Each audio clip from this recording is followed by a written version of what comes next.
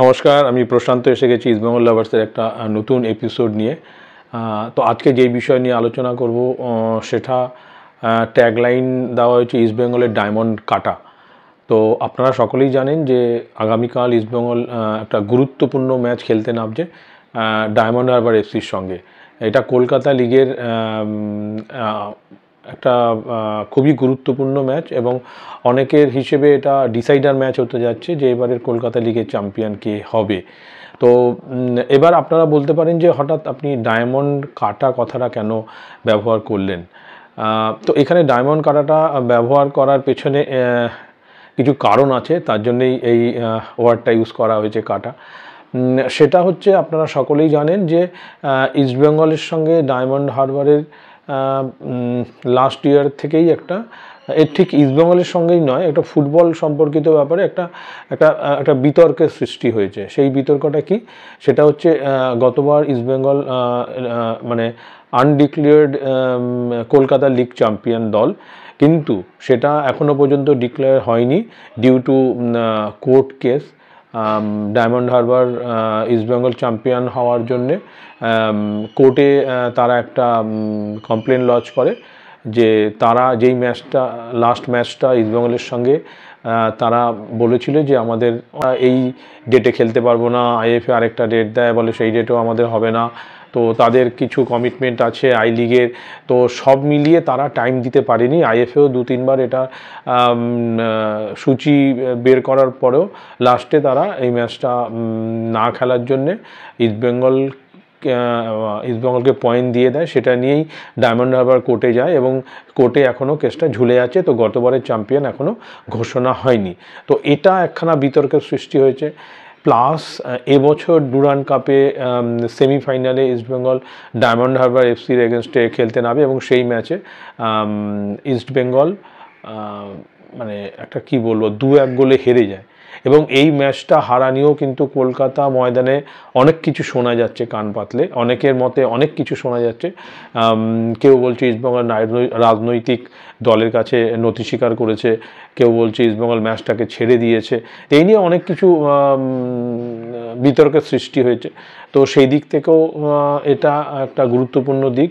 তো এই যে বিতর্কটা সৃষ্টি হয়েছে সেটা নিয়ে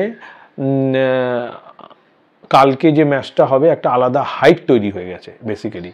তো অনেকে বলছে যে আমাদের কাছে এটা বদলা নেওয়ার ম্যাচ, আমরা লাস্ট ইয়ার গোল যেটা লিগে আমাদের এগেনস্টে খেলতে নামিনি, তো তার জন্যে এখনও পর্যন্ত আমরা লিগ চ্যাম্পিয়ন ঘোষণা হতে পারিনি, তাদের জন্যেই ডায়মন্ড হারবার এফসির জন্যেই।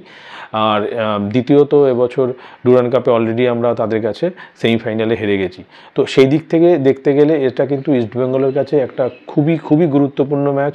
ইস্টবেঙ্গল ম্যানেজমেন্টের কাছেও এটা কিন্তু খুব চাপের ম্যাচ হতে যাচ্ছে আমি মনে করি। কারণ চারিদিকে যেই সব কথাবার্তা শোনা যাচ্ছে, যেমন লাস্ট যে ম্যাচটা কলকাতা সুপার 6-এ ইস্টবেঙ্গল মাঠে যে অনুষ্ঠিত হয়েছিল ম্যাচটা, সেই ম্যাচে আমি গিয়েছিলাম এবং সেখানে কিন্তু একটা টিফো আমরা দেখতে পাই ইস্টবেঙ্গল গ্যালারিতে, যেখানে এদের এগেনস্টে আইএফএকে ব্যঙ্গ করে এটা করা হয়েছে যে কেন এখনও লাস্ট ইয়ারের কলকাতা লিগের চ্যাম্পিয়নের দল এখনও ঘোষণা করা হলো না। এটা কিন্তু সত্যি খুব অবাক করা বিষয় যে গতবারের লিগ চ্যাম্পিয়ন ঘোষণা হয়নি, এবছরের লিগ শুরু হয়ে শেষ হওয়ার মুখে এখনও পর্যন্ত কিন্তু সেটা নিয়ে কোনো রকম উচ্চবাচ্য নেই।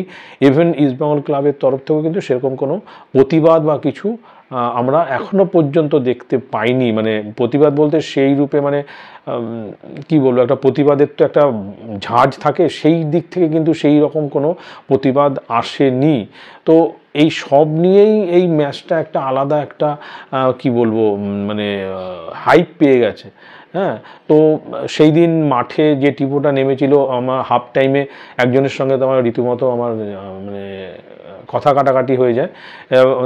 তার মতে সে বলছে দেখে নেবেন এবছরে কলকাতা লিগ চ্যাম্পিয়ন হবে ডায়মন্ড হারবার এফসি। আমি বললাম যে আপনি কি জ্যোতিষী, আপনি কি করে এই কথা বলতে পারছেন, আর আপনারা কেন এই ধরনের কথা এখনই রটাচ্ছেন, এগুলো তো ঠিক না। বলছে দেখুন ভারতবর্ষের ফুটবল এবং কলকাতার ফুটবল যেইভাবে চলছে তার জন্য জ্যোতিষী হওয়ার দরকার নেই। হ্যাঁ, মর্নিং শোজ দ্য ডে এই যে কথাটা আছে তার থেকেই বোঝা যায় যে এবার ডায়মন্ড হারবার এফসি চ্যাম্পিয়ন হবে। অতএব আপনারা খেলা দেখতে যান, যাই করুন, ইস্টবেঙ্গল এবার চ্যাম্পিয়ন হবে না, ডায়মন্ড হারবার এফসি এবার চ্যাম্পিয়ন হবে। আলাম ঠিক আছে, লেটস সি, দেখা যাক, ভবিষ্যৎ কথা বলবে, সময় কথা বলবে, আর তো বেশি দিন নেই, আমরা এর মধ্যেই জানতে পারবো কে চ্যাম্পিয়ন হচ্ছে। তো ওভারঅল যে একটা কিন্তু চারিদিকে একটা এটা নিয়ে কিন্তু একটা কি বলবো মানুষের মনে কিন্তু একটা প্রশ্ন ঘোরাঘুরি করছে। সেই দিক থেকে আমি বলবো ইস্টবেঙ্গল ম্যানেজমেন্টও কিন্তু একটু চাপের মধ্যে আছে। এই ম্যাচেও যদি অন্যরকম কিছু রেজাল্ট হয় তাহলে কিন্তু আবারও এই জিনিসটা আরও জোরালো দাবিদার হয়ে যাবে যে এই জিনিসটা এতদিন ধরে হয়ে আসছে। তো এইটা গেল একটা ব্যাপার। এবার আসা যাক ম্যাচ প্রসঙ্গে, কালকের ম্যাচে কি দল নামাবে ইস্টবেঙ্গল বা তারা কি স্ট্র্যাটেজিতে খেলতে পারে। তো গত ম্যাচে আমরা দেখেছি ইস্টবেঙ্গল ফার্স্ট হাফে সেইভাবে ভালোভাবে ফুটবল খেলতে পারেনি, মাঝমাঠ এবং ডিফেন্সে অনেক ভুল ত্রুটি ছিল, কিন্তু সেকেন্ড হাফে আমরা অন্য ইস্টবেঙ্গলকে দেখতে পারি এবং ইস্টবেঙ্গল সেকেন্ড হাফে ভালো ফুটবল খেলে 2 গোল দেয়, টোটাল 3-0 গোলে আমরা জিতি। আরও একটা দুটো গোল হলে কিছু বলার ছিল না। এবার আগামীকাল যে টিমটা নামবে সেখানে আমার মনে হয় না খুব একটা বেশি চেঞ্জেস করবে আমাদের কোচ। চেঞ্জেস হলে হয়তো দুটো বঙ্গসন্তান ফিরে আসতে পারে, দেবজিৎ মজুমদার এবং লেফট উইংয়ে সায়ন ব্যানার্জি। এরা লাস্ট ম্যাচ খেলতে পারেনি কার্ড সমস্যার জন্য। তো আমার মনে হয় এই দুটো বাঙালি প্লেয়ার এবার টিমে ঢুকবে, কারণ আপনারা সকলেই জানেন এবার কলকাতা লিগে ভূমিপুত্র একটা কন্ডিশন আছে যে প্রত্যেক টিমে মিনিমাম 6 জন করে ভূমিপুত্র খেলতে হবে। সেই দিক থেকে দেখতে গেলে এই দুজন প্লেয়ারে ইনক্লুশন হওয়া কিন্তু খুবই সম্ভাবনা রয়েছে। আর বাদ দেওয়া গিয়ে আমার মনে হয় টিম সেমই থাকবে, তবে ইস্টবেঙ্গলকে ডিফেন্সটা একটু ঠিকঠাক করে খেলতে হবে।